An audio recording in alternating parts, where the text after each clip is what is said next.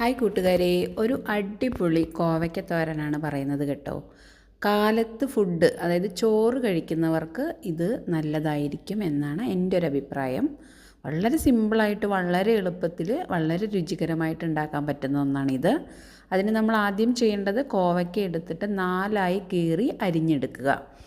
അത് അരിഞ്ഞെടുക്കുമ്പോൾ നമുക്കത് കനം കുറച്ച് വേണമെങ്കിൽ അരിഞ്ഞെടുക്കാം കേട്ടോ.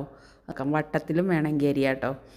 എന്നിട്ട് നമ്മളിതിൽ ചേർക്കുന്നത്, എണ്ണ നമ്മൾ ചൂടാവുമ്പോൾ അതിനകത്തേക്ക് വെളുത്തുള്ളി, ചുവന്നുള്ളി, പച്ചമുളക് അത് കീറിയാണ് ഇടുന്നത്. ഈ കോവയ്ക്കയുടെ ഏകദേശം വലുപ്പത്തിൽ നമുക്ക് ഇവ അരിഞ്ഞ് അതിനകത്തിട്ട് വഴറ്റുമ്പോൾ തന്നെ നമുക്കതിൽ മഞ്ഞൾപ്പൊടിയും ഉപ്പും ചേർത്ത് വഴറ്റാം. അപ്പോൾ അതൊന്ന് വഴണ്ടി വരുമ്പോൾ, അതായത് വഴറ്റിയെടുത്തതിന് ശേഷം അതിലേക്കാണ് നമ്മൾ അരിഞ്ഞു വെച്ച കോവയ്ക്ക ഇടുന്നത്. വെള്ളമൊന്നും ചേർക്കുന്നില്ല. കോവയ്ക്ക ഇട്ട് നല്ലതുപോലെ ഇളക്കുക. അതിനുശേഷം നമ്മൾ അടച്ച് വെച്ച് ആവിയിൽ കുറച്ച് നേരം വേവിക്കുക. ഒരു 5 മിനിറ്റ് വേവിച്ചാലൊക്കെ മതിയാവും.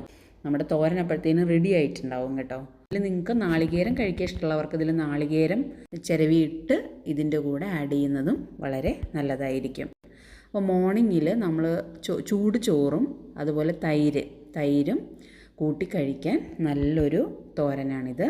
ഒരു കണ്ണിമാങ്ങ അച്ചാറും കൂടി ഉണ്ടെങ്കിൽ വളരെ കുശാലായി എന്ന് തന്നെ പറയാം അല്ലേ. മോർണിംഗ് ഫുഡ് നല്ല ആരോഗ്യപരമായിട്ടും നന്നായിട്ടുണ്ട്, അതുപോലെ ടേസ്റ്റിൻ്റെ കാര്യത്തിലും അടിപൊളിയാണ് കേട്ടോ. മക്കൾക്ക് കാലത്ത് എളുപ്പത്തിൽ തയ്യാറാക്കി സ്കൂളിലേക്ക് കൊടുത്തു വിടാൻ പറ്റിയ ഒരു അടിപൊളി തോരനാണ് കേട്ടോ ഇത്.